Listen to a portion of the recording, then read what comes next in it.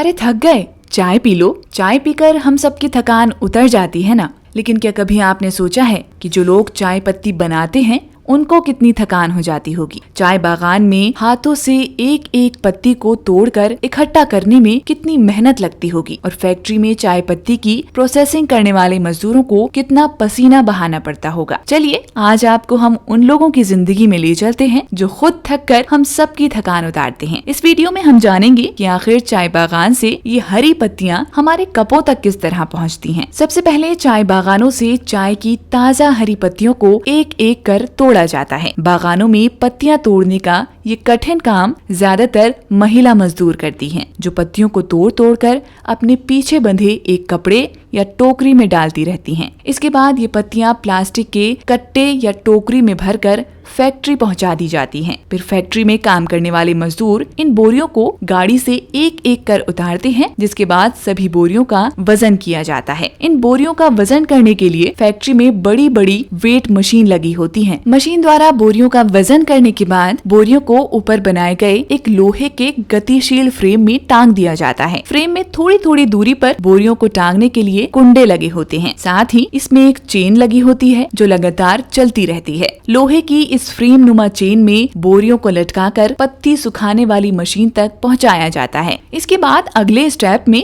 बोरियों को खोलकर इस पत्ती सुखाने वाली मशीन के ऊपर हाथों से फैला दिया जाता है। ये एक ऐसी मशीन है जिसके तले पर लोहे की जाली लगी हुई होती है और जाली के नीचे बिजली से चलने वाले पंखे और आग जलाने वाला बर्नर होता है।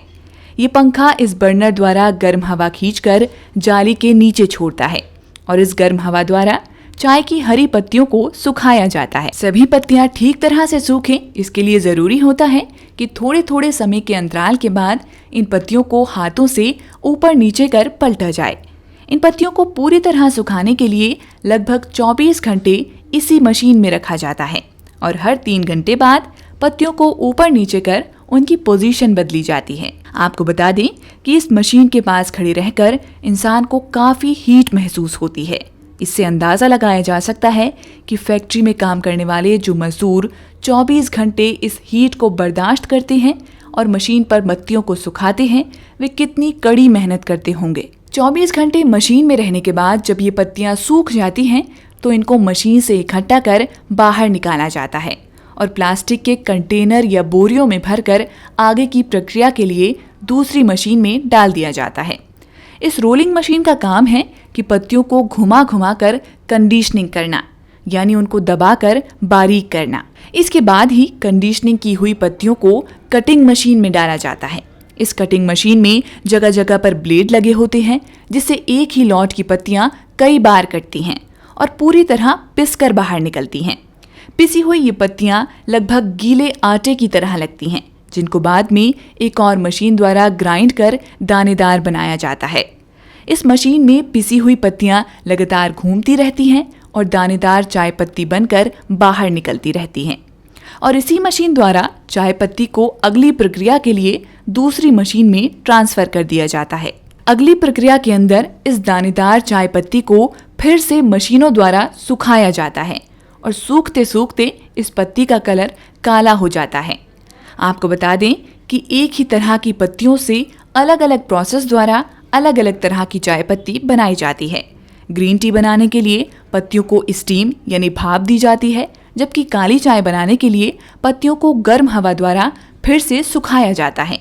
पत्तियों को सुखाने के लिए एक बड़े से ब्लॉक में डाल दिया जाता है, जिनमें से एक बड़ा पंखा लगा होता है और आधे से 1 घंटे तक यहाँ चाय की पत्ती को रोस्ट किया जाता है। इस पूरी प्रक्रिया के बाद अगला स्टेप आता है, जिसमें चाय की पत्ती को अलग अलग हिस्सों में बांट दिया जाता है। इसको एक तरह से चाय की पत्ती की सफाई भी कह सकते हैं। एक बड़ी सी मशीन द्वारा पत्ती के फाइबर को अलग कर दिया जाता है और बाकी कोई भी तरह की गंदगी को पत्ती से अलग हटा दिया जाता है। इस मशीन में अलग अलग तरह की जालियां लगी होती हैं, जिससे मोटी चाय की पत्ती अलग निकल जाती है और बारीक चाय की पत्ती व डस्ट अलग जगह निकल जाती है। और यही वो प्रोसेस है जिसके द्वारा एक ही बार में एक ही तरह की पत्तियों से अलग अलग क्वालिटी की चाय पत्ती बना दी जाती है। इसके बाद बड़े बड़े बोरे रखे जाते हैं, जिसमें अलग अलग तरह की चाय पत्ती को इकट्ठा किया जाता है और मशीन से निकाल कर चाय की पत्ती इन बोरों में भर दी जाती है और अंत में चाय की पत्ती को पैकेजिंग के लिए भेज दिया जाता है। तो इस तरह बनती है चाय की पत्ती। आगे इसी तरह की इंटरेस्टिंग वीडियोस देखने के लिए देखते रहिए मैं मीडिया।